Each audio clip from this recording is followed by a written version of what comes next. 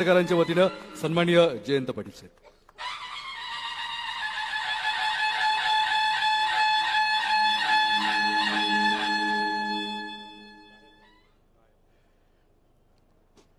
आदरणीय पवार साहेब, संजय राऊतजी, खडसे साहेब, अमोल कोल्हेजी, जितेंद्र आव्हाड, श्रीराम शेट्टेजी, सुनील भुसाराजी, हेमंत टकलेजी, जेपी गावित साहेब, महिला अध्यक्षा रोहिणीताई खडसे, माणिकराव शिंदे, भास्करराव बगरे, नरेंद्र दराडे, जयंतराव दिंडे, अनिलराव कदम, नितीन भोसले, राजेंद्र मोगल, कोंडाजी मामा आव्हाड, दिलीपराव मोरे, नानासाहेब बोरस्ते, दीपिकाताई चव्हाण, तिलोत्तमाताई पाटील, संगीताताई पाटील, गोकुळ पिंगळे, गजाननराव शेलार, मेहबूब शेख, सुनील गवानी, पुरुषोत्तम कडलक, श्याम हिरे, ॲडव्होकेट तुषार जाधव, सर्वच व्यासपीठावरील मान्यवर आणि आपण सर्व मोठ्या संख्येने आलेले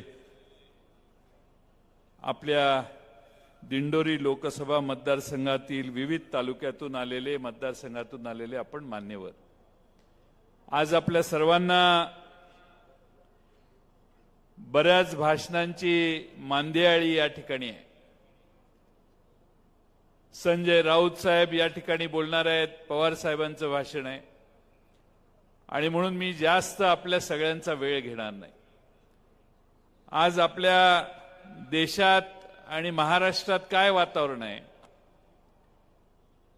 रोज 10-12 उद्घाटनं महाराष्ट्र स्तरावर होत आहेत, नव्या नव्या घोषणा होत आहेत, मंत्रिमंडळाचे कोट्यावधी रुपयाचे निर्णय, जणू काय आपल्याला हे द्यायचेच नाहीत पैसे, फक्त जाहीरच करायचंय या भावनेनं व्हायला लागलेले आहे.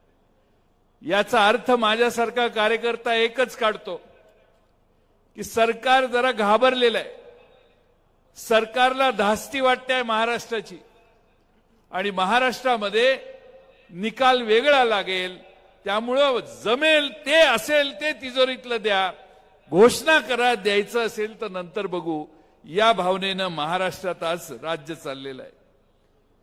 आता अबकी बार 400 पारची घोषणा आहे. 400 पार कशासाठी? या देशातलं संविधान बदलण्यासाठी 400 पार आहे का? तुम्ही संविधानात काळ्या दगडाची रेष आहे संविधान भारतासाठी, ते बदलण्याचा प्रयत्न तुम्ही करणार आहात का? हे भारताला खऱ्या अर्थानं तुम्ही उत्तर दिलं पाहिजे. आज जीएसटी आहे, नोटबंदी आहे, शेतकरी विरोधी कायदे आहेत, कामगार विरोधी कायदे आहेत. रांगेत उभे राहून नोटबंदीमुळे लोकांचे जीव गेले. जीएसटीमुळे या देशातला लहान व्यापारी, मध्यम व्यापारी अडचणीत आला. शेतकऱ्याच्या ताटात जेवताना जीएसटीच्या माध्यमातून सरकार बसायला लागले आपल्याच ताटात. ही भावना भारतातल्या शेतकऱ्याच्या, शेतमजुराच्या मनात निर्माण झाली, कारण प्रत्येकाला आज जीएसटी द्यायला लागतोय. 18% जीएसटी द्यायची पाळी आलेली आहे आणि त्यामुळं या ठिकाणी असंख्य शेतकरी दिल्लीला बसले. 700 पेक्षा जास्त शेतकऱ्यांचा मृत्यू झाला, पण सरकार बदललं नाही. आजही दिल्लीमध्ये शेतकरी पुन्हा जाऊन धरणं धरतायत, कारण शेतकऱ्यांची मागणी आहे, आम्हाला आधारभूत किंमत द्या. तुम्ही दिलेला जी खैरात आहे ती तुम्ही कधीपर्यंत चालू ठेवाल माहीत नाही, पण आम्हाला आधारभूत किंमत आमच्या पिकाला द्या, ही भावना भारतातल्या शेतकऱ्यांची आहे, नुसत्या आपल्या नाशिक जिल्ह्यातल्या लोकांची नाहीये. आणि म्हणून आपल्याला या देशात सरकार कसं चाललंय? हे सरकार गरिबांचे कायदे, गरिबांच्या विरोधात कायदे करणारे आणि श्रीमंताला मदत करणारे सरकार आहे का? याचाही विचार आपण करा. आपल्याला माहिती आहे, सगळ्यात जास्त मोठी, भारताच्या इतिहासात सगळ्यात मोठी शेतकऱ्यांना कर्जमाफी आपले नेते शरद पवार साहेबांनी 72,000 कोटी रुपयाची दिलेली होती.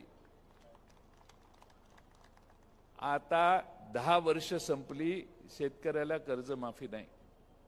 आमचं म्हणणं नाही, आम्हाला कर्जमाफी नाही दिली तर समजू शकतो, पण या देशामध्ये 56 लाख कोटी रुपयाचं कर्ज मनमोहन सिंगांचं सरकार गेलं त्यावेळी होतं. स्वातंत्र्यापासून आतापर्यंत ते 56 लाख कोटीचा आकडा यांनी 205 लाख कोटीवर नेला.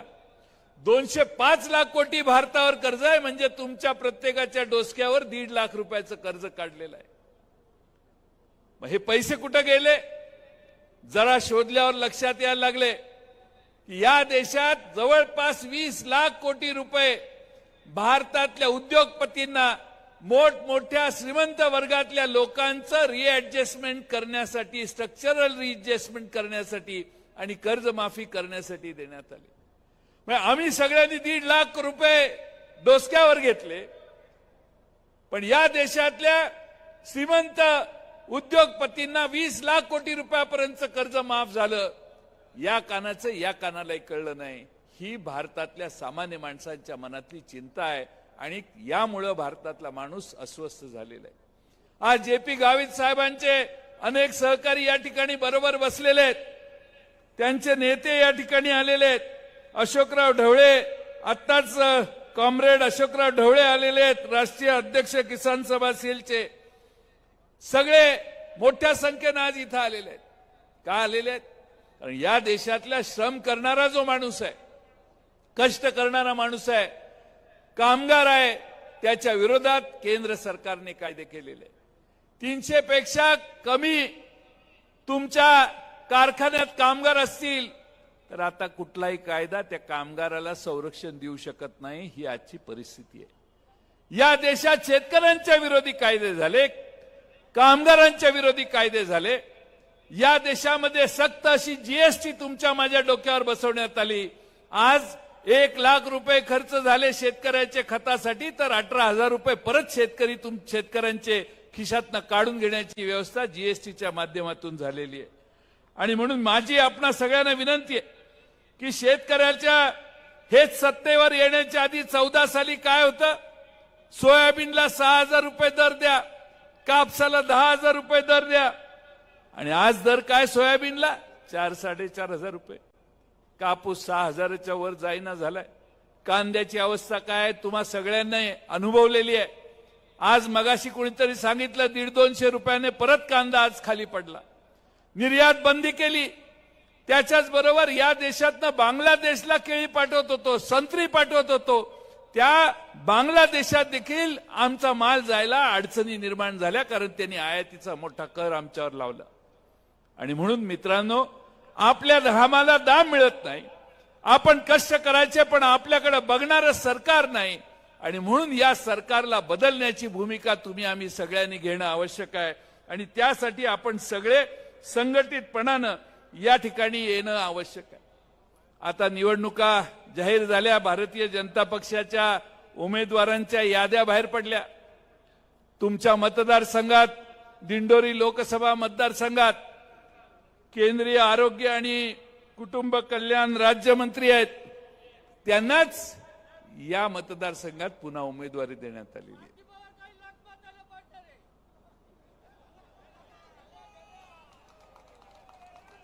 तुम्ही निकालच जाहीर करायला लागलाय.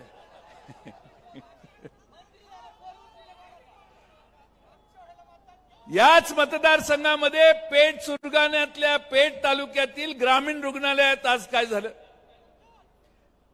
त्या आरोग्य आणि कुटुंब कल्याण केंद्रीय मंत्री आहेत, राज्यमंत्री, पण पेठ ग्रामीण रुग्णालयामध्ये गेले 10 वर्ष स्त्री रोग तज्ञ नाहीये. स्त्री रोग तज्ञ नाहीये, रिक्त पद आहे. आणि औषध उपचाराच्या अभावी आज 13 तारखेला गरोदर माता कांचन सुरेश वार्डे हिला आणि हिच्या पोटातील मुलाला मृत्यूला सामोरं जावं लागलं. आज या देशातला केंद्रीय आरोग्य मंत्री ग्रामीण रुग्णालय चालवतात. त्यांच्या अधिपत्याखाली असणारं पेठ ग्रामीण रुग्णालय, त्यात एका महिलेला, गरोदर असणाऱ्या महिलेचा मृत्यू झाला. का? तर तिथं डॉक्टर व्यवस्थित नाही, औषधोपचार व्यवस्थित झाले नाहीत, म्हणून एका महिलेचा बालकासह मृत्यू झाला. माझ्या मतदारसंघात या, मी कधी आरोग्य खात्याचा मंत्री नव्हतो, पण इस्लामपूरचं प्राथमिक आरोग्य केंद्र, उपजिल्हा केंद्र रुग्णालय, त्या उपजिल्हा रुग्णालयाला याच सरकारने आजच सगळ्यात पहिल्या नंबरचं पारितोषिक दिले. सर्व गुणसंपन्न असं प्राथमिक आरोग्य केंद्र किंवा या देशात राज्यातलं 1 नंबरचं केंद्र सर्व साधनाने आणि सगळ्यांनी युक्त असणारं 99.6% त्याला गुण मिळाले. आपण ज्या मतदारसंघात आहोत तिथल्या व्यवस्था उत्तम जर नसतील तर तुमच्या मंत्रिमंडळाला काही चाटायचंय? तुम्ही ज्या मंत्रिमंडळात आहात, त्या देशात आहात, कोट्यावधी रुपयाच्या जाहिराती आज चाललेल्या आहेत. अहो, सेकंदाला जाहिराती. मला आठवतं इंदिरा गांधी सत्तेवर होत्या. इंदिरा गांधींच्या शिवाय काहीच त्यावेळी नव्हतं. लोकांनी ते सरकार बदललं. अटल बिहारी वाजपेयींचं मला उदाहरण आठवतं. अटल बिहारी वाजपेयी इंदिरा गांधींच्या वेळी तर ते राजनाथ सिंह कोण निवडून आले, ते इंदिरा गांधींच्या विरोधी राजनारायण हे बिचारे निवडून आलेले. लोकांनी एकदा डोक्यात घेतलं ना की सगळं पलटी मारतं. त्यानंतर आपल्या देशामध्ये अटल बिहारी वाजपेयींचं सरकार होतं. एवढ्या जाहिराती. त्यावेळी एक घोषणा होती. काय घोषणा होती? नाही, घोषणा काय होती? अटल बिहारी वाजपेयी काय तिलक करो राज तिलक की तैयारी, आ रहे अटल बिहारी अशी घोषणा होती. फील गुड वगैरे होतं त्यावेळी, इंडिया शायनिंग होतं. या देशात आम्हाला वाटतच नव्हतं की आम्ही सत्तेत येऊ 4 साली. पण या देशाने चमत्कार केला, नवं सरकार देशात आणलं. आता सध्या काय चाललंय? सध्या त्याच्याशिवाय काहीच नाहीये. गॅरंटी. गॅरंटी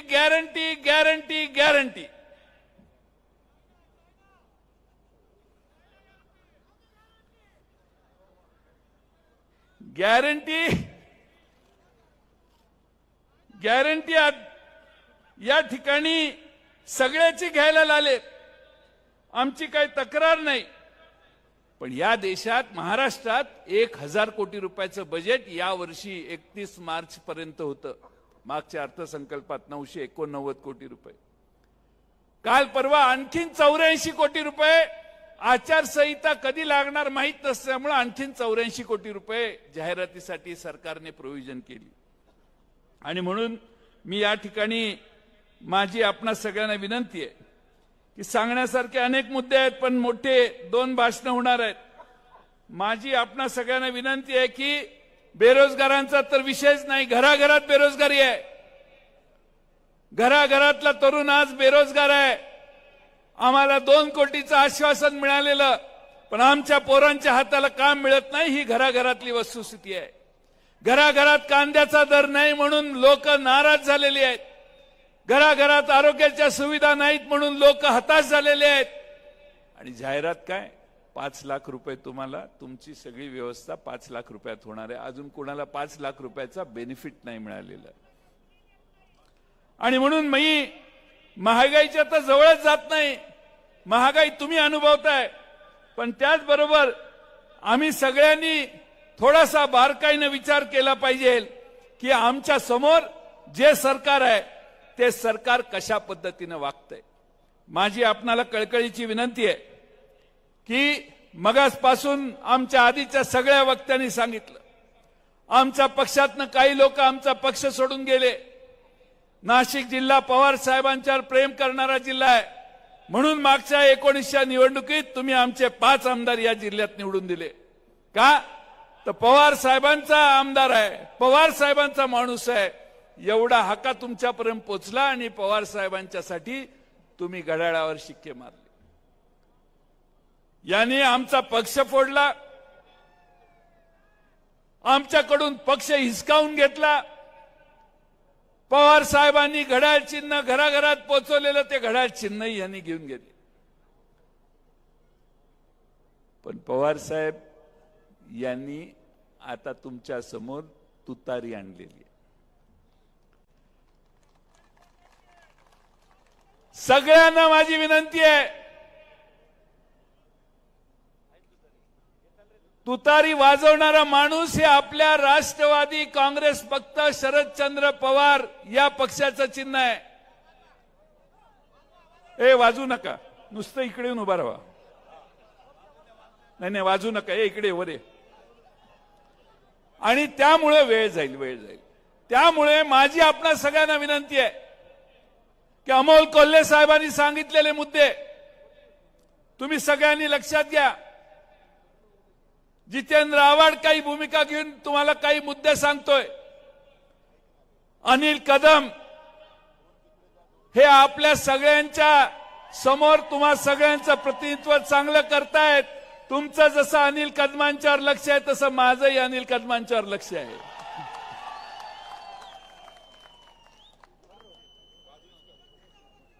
नुसतं वाजू नका, नुसतं ऍक्शन हे आपलं चिन्ह आहे.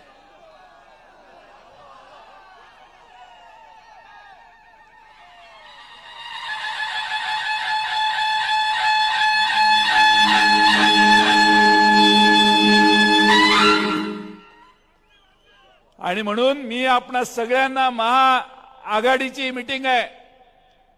कम्युनिस्ट पक्ष आपल्या बरोबर आहे. शिवसेना उद्धव ठाकरे हा पक्ष आपल्या बरोबर आहे. काँग्रेस आपल्या बरोबर आहे. राहुल गांधी उद्या या भागातनं जाणार आहेत. माझी आपणाला विनंती आहे की जाहिरातीवर जाऊ नका. तुमच्या समोर जे दिसतंय तशी परिस्थिती नाही आहे. आज शरद पवार साहेब एका बाजूने खंबीरपणाने उभा आहेत आणि जेव्हा जेव्हा शरद पवार साहेबांनी महाराष्ट्रामध्ये एकसंघपणाने सगळे पक्ष एकत्रित आणले तेव्हा तेव्हा महाराष्ट्राच्या बाजूने पवार साहेबांच्या भूमिकेला महाराष्ट्राने मान्यता दिलेली आहे. आम्ही सगळ्यांना एकत्रित करायचा प्रयत्न करतोय. सगळे पक्ष एकत्रित यावेत हा भूमिका आमच्या सगळ्यांची आहे. अगदी वंचित बहुजन आघाडी देखील आमच्याबरोबर यावी असा आमचा प्रयत्न आहे. शेवटी भारतीय जनता पक्ष आणि आमच्यातून फुटून गेलेले उद्धव ठाकरे यांच्यातून फुटून गेलेली जी लोक आहेत त्यांचा पराभव करण्याची भूमिका घेऊन आम्ही महाराष्ट्रात तुमच्या सर्वांच्या समोर आहे. प्रत्येक विधानसभा मतदारसंघात सभा होतील त्यावेळी देखील तुम्ही याच मोठ्या प्रमाणात आमच्या या सभांना ताकद द्याल. आमच्याकडे यंत्रणा कमी आहे.